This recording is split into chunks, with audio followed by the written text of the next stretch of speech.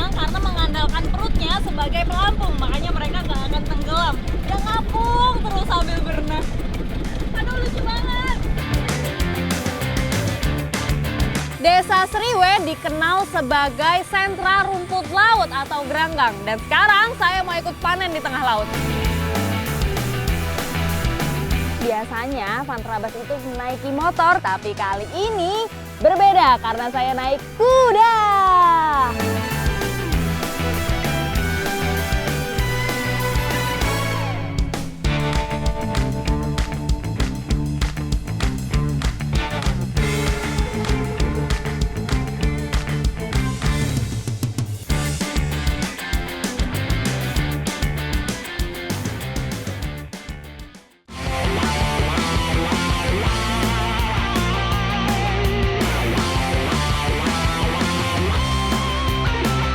Sumbawa, Nusa Tenggara Barat, terkenal memiliki populasi kerbau yang cukup banyak. Menjadi salah satu komoditi peternakan, terutama sebagai sumber pendapatan maupun pangan masyarakat Sumbawa. Teknik pemeliharaannya masih dilakukan secara tradisional, yaitu dilepas di kawasan liar atau ladang penggembalaan. Saat musim tanam, biasanya para peternak membawa kerbau-kerbaunya ini ke Gili Rakit. Nah, setelah panen, baru deh kerbaunya nanti pulang ke sana. Tapi mereka kembali dengan cara yang unik. Ikuti jejak saya, jejak petualang. Ladang yang luas dan ketersediaan pakan ternak membuat kerbau-kerbau mendapat makanan yang cukup di Gili Rakit. Kerbau dapat bertahan hingga selesai musim panen, di mana pakan ternak juga sudah mulai habis. Beruntung, saya bisa ikut momen seperti ini yang hanya bisa dijumpai setahun sekali. Ayo gadis! Sekarang saya mau giring kerbau ini untuk bertemu teman-teman yang lain tuh, sebelum nanti kita mulai nyebrang. Sebelum menyeberang, kerbau dikumpulkan dahulu di kandang.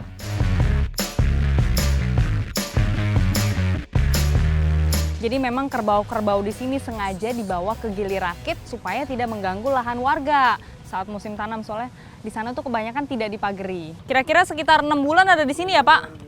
Lama juga 6 bulan di sini. Saatnya membawa kerbau menuju perahu. Satu orang peternak bisa membawa hingga belasan kerbau. Jenis kerbau Sumbawa yaitu kerbau rawa atau yang dikenal dengan bubalus-bubalis. Jadi cara kerbau ini menyeberang harus ada 1 atau 2 kerbau yang diikatkan di perahu. Dan kerbaunya itu juga tidak bisa kerbau sembarangan. Harus yang sudah tua. Seperti dia ini nih, kelihatan dari tanduknya sudah yang paling panjang.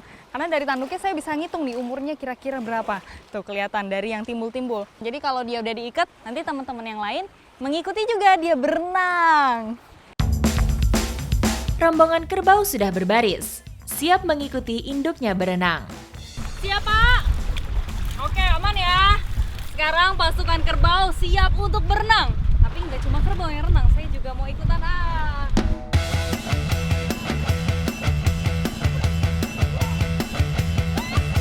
Pasukan kerbau siap jalan. Saya mau merasakan sensasi berenang di atas kerbau. Oke, ayo jalan.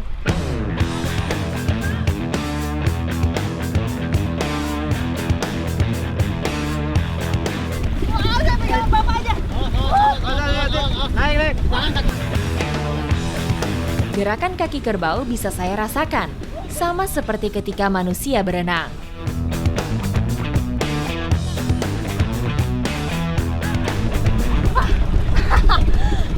Bentar. Aduh. Perjuangan. Emang luar biasa ya. Berenang sama kerbau tidak semudah yang saya kira. Karena tadi saya naik di atasnya, tapi dia bergoyang-goyang, jadi saya nggak bisa seimbang. Mereka terlalu lucu, saya nggak kuat. Dan memang ini kerbaunya itu jenis kerbau rawa, makanya mereka bisa berenang. Itu udah insting mereka sendiri tanpa dilatih sama sekali. Kedalaman air yang dilewati tentu berbeda-beda, tapi kawanan kerbau tetap stabil berenang, tidak ada yang tenggelam. Dan menurut warga setempat, kerbau-kerbau ini itu bisa berenang karena mengandalkan perutnya sebagai pelampung. Makanya mereka nggak akan tenggelam. Dia ngapung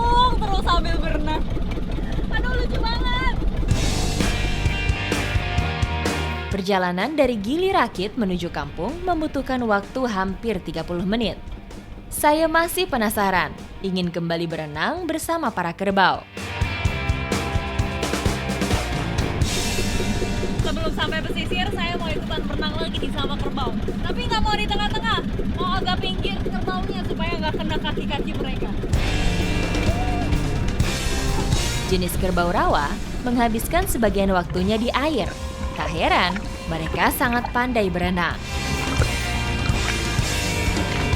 Ternyata memang kerbau-kerbaunya itu punya kecepatan yang lebih untuk berenang. Karena mereka udah nyampe di sana duluan. Saya baru terjun, ketinggalan.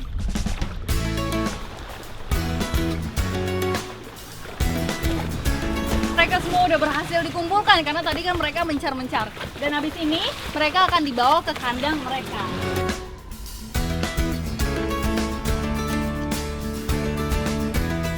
Ini kerbaunya lagi asik banget makan. Laper ya. Emang sih abis berenang tuh enaknya makan. Dan pertama kalinya saya tadi melihat kerbau berenang. Bahkan saya bisa ikutan berenang bareng. Itu seru banget. Ikuti jejak saya, jejak petualang.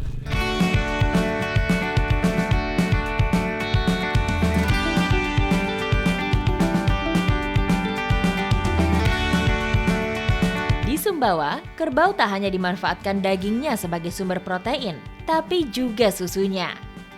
Setiap hari, ada saja peternak yang memerah serta memanfaatkan susu kerbau.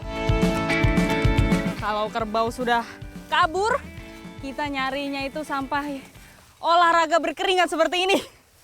Luar biasa memang nih.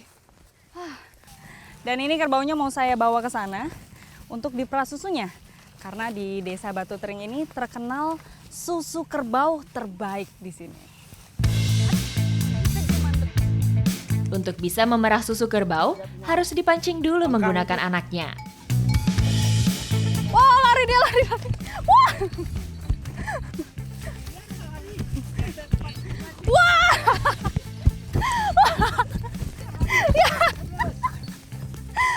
Oe.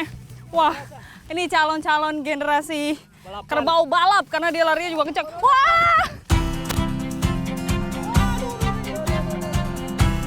Kalau sudah ada anak kerbau, nah berarti dia akan nyusu sama induknya. Kalau sudah nyusu berarti susunya akan lebih cepat keluar nanti dari induknya. Dia udah nggak sabar mau nyusu, langsung mau berontak aja. Ayo nyusu, ayo.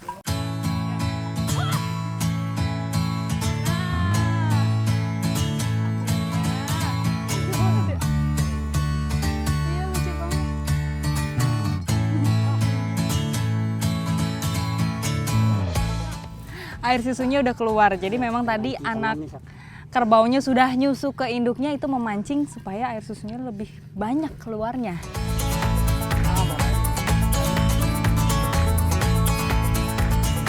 Ayo cobain ya Pak. Iya nggak keluar. Aduh. Agak ke dalam, oh gini ya? Ke dalam, iya. Kok nggak mau keluar ya Pak? Aduh, giliran saya yang mencet nggak keluar ini air susunya.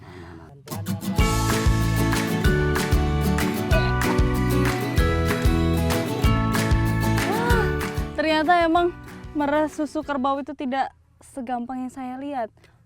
Susah dia bikin. Iya, ternyata butuh teknik khusus ya. Tapi saya dari tadi udah meres-meres tapi nggak keluar-keluar. Waduh, masih punya sedikit ini punya saya Pak. Bisa langsung dicobain katanya. Ini dari baunya mirip sih sebenarnya kayak susu sapi ya. Mirip. Iya juga. Iya. Ayo cobain nih Pak. Coba.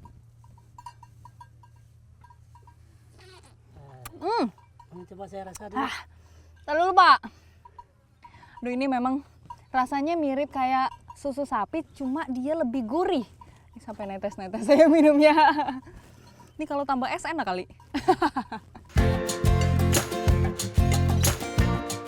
Susu kerbau memang tidak sepopuler susu sapi, namun tetap memiliki komponen nutrisi yang sangat baik yang dapat memenuhi kebutuhan gizi manusia.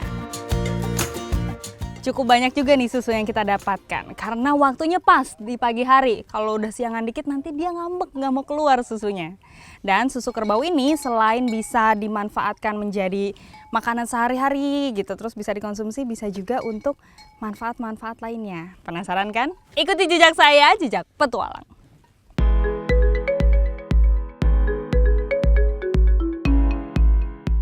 Tidak hanya bisa diminum langsung, susu kerbau juga bisa diolah menjadi kudapan. Susu kerbau bisa diinovasikan untuk campuran bahan makanan, seperti yang lagi saya mau buat ini. Untuk campuran bubur ketan hitam atau buir lege pisang. Ketan hitam direbus hingga bertekstur lunak dengan ditambahkan gula merah dan garam. Meski sederhana, kudapan ini cukup mengenyangkan. Jadi susu kerbaunya itu ditambahkan ke ketan yang sudah setengah matang.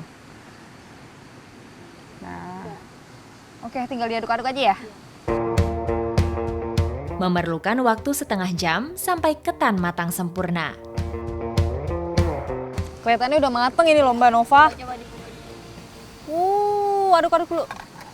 Wah, udah bisa lah ya? Udah. Aromanya juga udah tercium. Kita bagi-bagi aja langsung.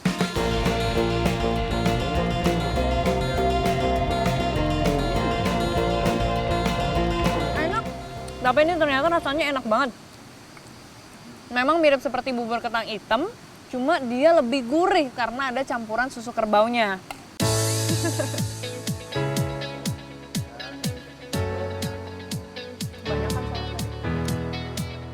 Ternyata susu kerbau ini punya banyak sekali manfaat. Salah satunya ini nih, contohnya yang dibikin bubur ketan hitam ini. Dan gak kalah sama susu sapi ya kan, karena ini proteinnya juga lebih tinggi. Enak lagi rasanya ya kan?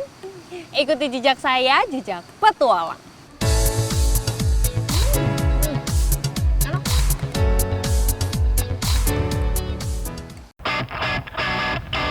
Menyeberang dari Pulau Sumbawa, petualangan saya berlanjut ke Lombok Timur, daerah yang masih menjaga kearifan lokal serta tradisinya.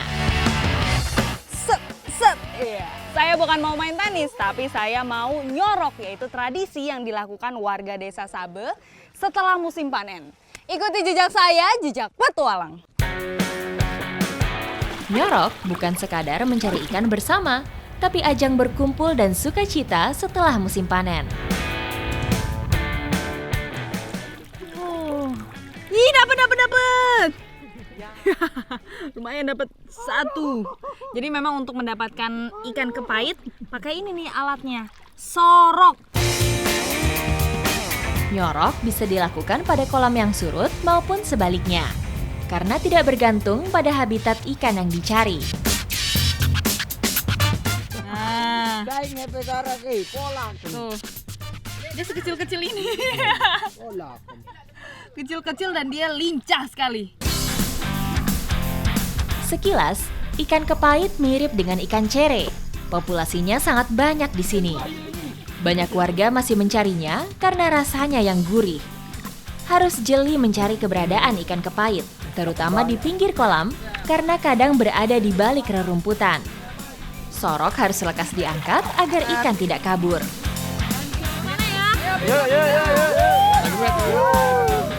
Makin kesini makin dalam. Dari sepinggang sekarang seleher.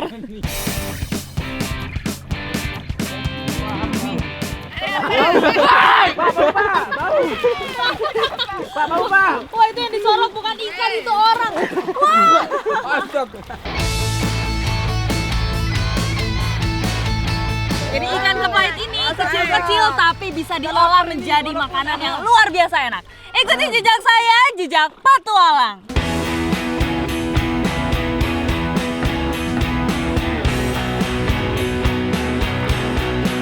Berbadan kecil membuat saya penasaran akan rasa ikan kepait ini jika diolah menjadi masakan. Saya lagi bersihin dulu nih ikan-ikannya. Sebelum dimasak, kepait kelak bage. Ibu-ibu sepertinya udah nungguin di sana. Ibu, ini bumbunya udah dibersihin. Kelak artinya masak, sedangkan bage berarti buah asam. Jadi, kelak bage merupakan masakan yang banyak rasa asamnya karena ditambah dengan air asam yang cukup banyak sehingga tercipta rasa pedas asam. Ditambah beberapa sayur mayur menjadi pelengkap olahan ini. Bumbu yang sudah dihaluskan langsung direbus bersamaan hingga mendidih.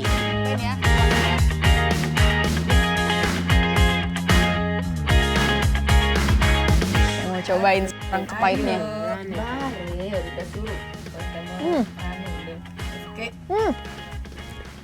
Jadi memang kuahnya itu kan ada rasa asam terus gurih. Tapi yang bikin unik adalah kepahitnya karena rasa ikannya itu ada pahit-pahitnya sedikit gitu. Namanya juga kepahit.